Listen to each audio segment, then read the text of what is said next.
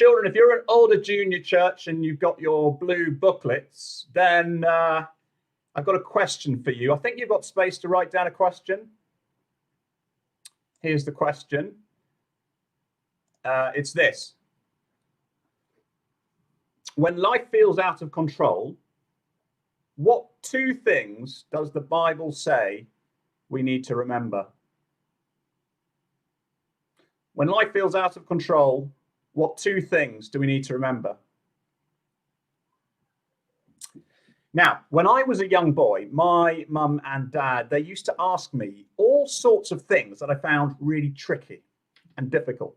So I'd be busy climbing a tree. Ian, we need to go to the shops. Going to the shops, Dad? Now? Why? Or I'd be leaving the house to go to school. Ian, you need to take your raincoat with you. Huh?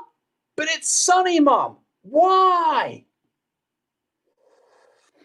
Boys and girls, I wonder, do your mum and dad ever do things or ask you to do things and you go, why? Sometimes we can be a bit like that with God. Maybe because of the coronavirus, you're thinking, why can't I see my friends, God? It's not fair. Maybe you're thinking, work a full-time job and homeschool children? Why, God? Ecclesiastes is going to remind us that in a world where lots of people say, why? We need to remember two things. We need to remember God's not in control. Sorry, we're not in control, but God is.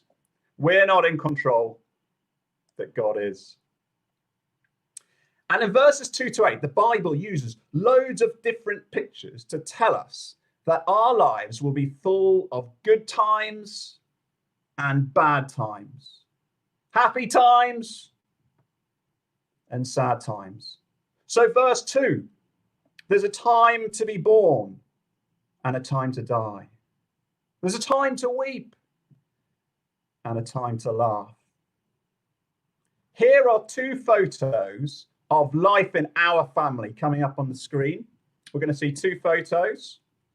There's the first one and then the second one. I wonder if you can guess which of those was the happy time and which was the sad time. Happiness is ice cream on holidays. And sadness is a hurt that just won't go away. Sadness is a hurt that won't go away. And then down there in verse 1, do you see how the Bible describes these times? Do you see what it calls them?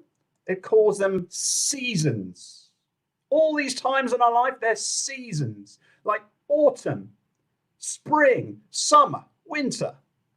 Now, the thing about seasons is you can't decide when they start and when they finish. So if you've got your clothing, now's the time to get it on, right? If you put on your woolly hat and you get your big thick jacket,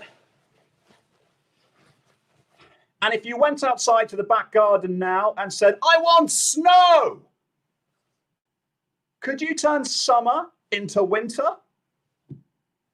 No. Or what about if it was in the middle of winter, right? Just after Christmas time, and these aren't my sunglasses, and you put on your sunglasses and you got your flip-flops and you went out into the back garden and you said, I want to sunbathe. Could you turn winter into summer? No. We're not in control of the seasons. And Ecclesiastes says it's the same with our lives. We're not in control. When you wake up in the morning, yeah, you can choose what color socks you want. You can choose whether you want Weetabix or porridge for breakfast. But when it comes to the big things in our lives, Ecclesiastes says, you think you're in control? You're not. We're not in control. And hasn't lockdown showed us that? You've been planning to spend the summer with your friends at school, sports day, but now you can't. You've been planning your career at work, but now, who knows? You see, the world around us, it says, you're in control, seize the day. But Ecclesiastes says, don't be surprised when the day seizes you. How many of you had days when you wake up smiling, but by lunchtime, you're grumpy or you're in tears? Ecclesiastes says, if we want to be wise, we'll remember we're not in control of most of our lives. That's the first point. And here's the second point. We're not in control, but God is. We're not in control, but God is. And in the passage, it tells us 4 things about God's control, okay? 4 things. Here they are. Let me get that out of the way. Here's the first one. God is in control of the hard things. God is in control of the hard things. That's what verse 10 is telling us. Okay, have a look down verse 10. I saw the burden God has given to us. Now, burden just means the hard things. You see, even in life, even the things that are hard, like not being able to hug our friends when we miss them, God is in control, even of those difficult things. He gave them to us. That's the first thing about God's control. Here's the second thing. God is in control of the confusing things that happen to us. Look at what verse 11 says. Let's have a look at verse 11 there up on the screen. No one can fathom what God has done. Fathom means understand. We just don't understand a lot of what God does, do we? We don't understand it. When my sister died, I couldn't understand why God would allow it. I still don't. But God does. Here's the third thing about God's control. God is in control of our lives from beginning to end.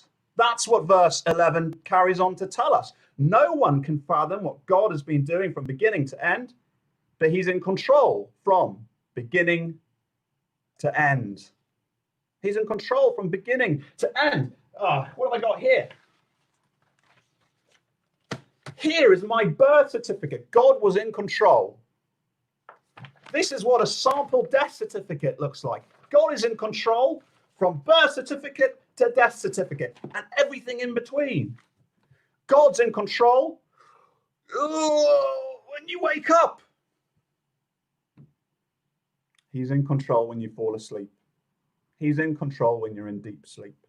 He's in control from beginning to end. Fourth thing, God's plans for our lives are never messed up. God's plans for our lives are never messed up. You see, verse 14, have a look, see what it says. I know that everything God does will endure. Endure means will last. Nothing can be added to it and nothing taken away from it. You see, God is so big and so strong that even the big scary things that happen to us are not big enough or scary enough to mess up God's plans for us. Nothing stops God from being in control, even when we're not. Now, next prop. I grew up in a country called South Africa. Children, I wonder if you know where South Africa is. Here we go. South Africa is all the way down at the bottom of the world. Over there. I grew down at the very bottom of Africa. And in South Africa, I spent my time playing cricket and riding a red mountain bike with my friend Nikki, and just hung out together. And then one day, my parents sat me down and they said, we're moving to England. So I packed up my cricket bat, I sold my red bike, and I remember the afternoon that Nicky came to my front door to say goodbye forever. He wasn't there long, and then he was gone. And I've never seen him since. And if I'd had the choice, I would have stayed in South Africa, playing cricket, riding my bike with Nicky. But I wasn't in control. My parents were. And I asked my parents why we were moving to England, but I still didn't really understand. The only thing that helped me was being able to hold my dad's hand as we went to the airport. Because even though I didn't understand why we were moving, I knew that Mum and Dad did. And I knew that as long as they were in charge, however bad things seemed, it would be okay. Over the past few months, you might feel like your world has turned upside down. Maybe it's not coronavirus, maybe it's something totally different, but it's left you confused and sad, maybe a bit angry, and you're going, why? Why? Well, Ecclesiastes 3 reminds us, we have a God who holds us by the hand. He doesn't promise to answer all our questions, but we do know that if we're with him, we're safe. You do know that when you're with Mum and Dad, you're safe. If you're with God, you're safe. Because he is in control and nothing can harm his plans for us. And if you ever doubt that, if you ever think, God, are you really in charge? Was the writer of Ecclesiastes really right? What can you do? What can you do? Well, what you can do, I don't know if that's coming out very well.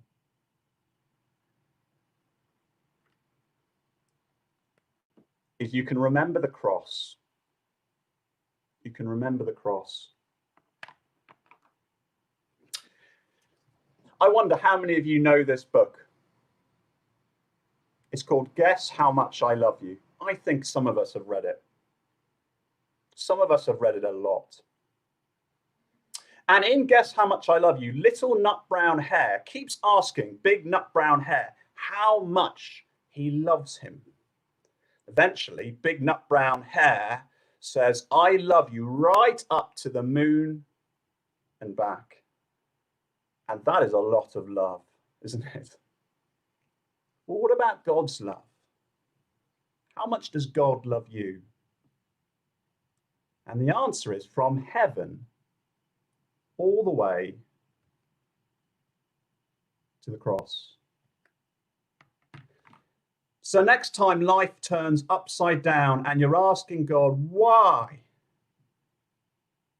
Will you remember the God who is in control, who holds you by the hand, like my dad held me by the hand when we were leaving South Africa? The God who came all the way from heaven down to the cross. The God who loves you to death. I'm going to pray. Father, we thank you for the reminder that we really are not in control. We thank you for the times you show us that very clearly, even if it's scary. But we thank you that you are in control of everything. Nothing can mess up your plans. You have us by the hand. You will look after us. You will keep us safe. Thank you that helps us when we're scared. Amen. Thanks as well for joining us for some questions. A couple of questions here. So is knowing this truth that God is in control and having faith in God's plan, like a muscle we can make stronger, or are we not in control of that either?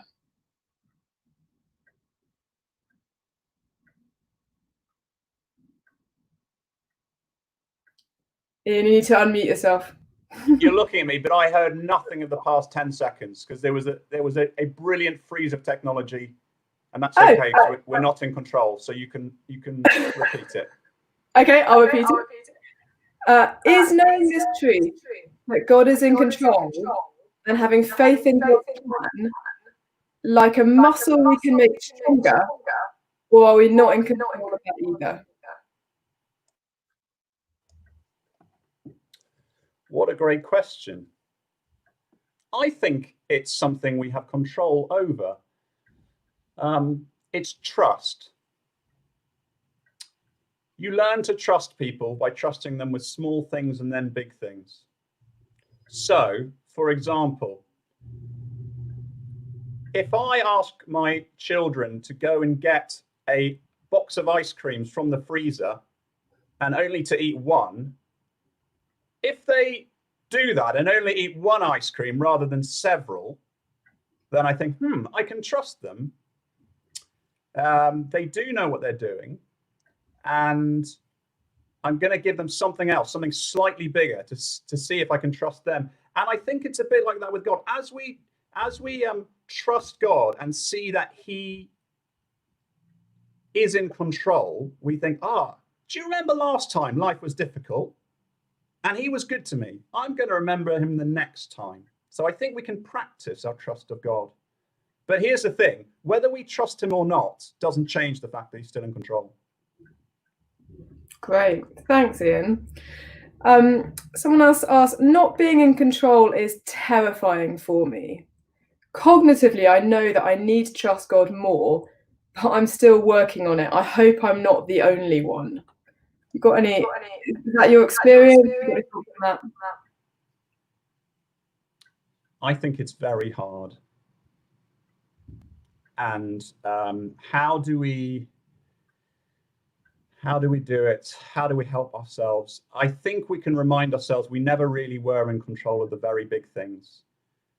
To try and remind ourselves of that it's not something that's gone wrong. It's just always been the case. When we thought we were in control, we're not. We're just deluding ourselves. I'm going to have a think about that one, if that's okay. Yeah, and I wonder if what you just said is helpful on that as well.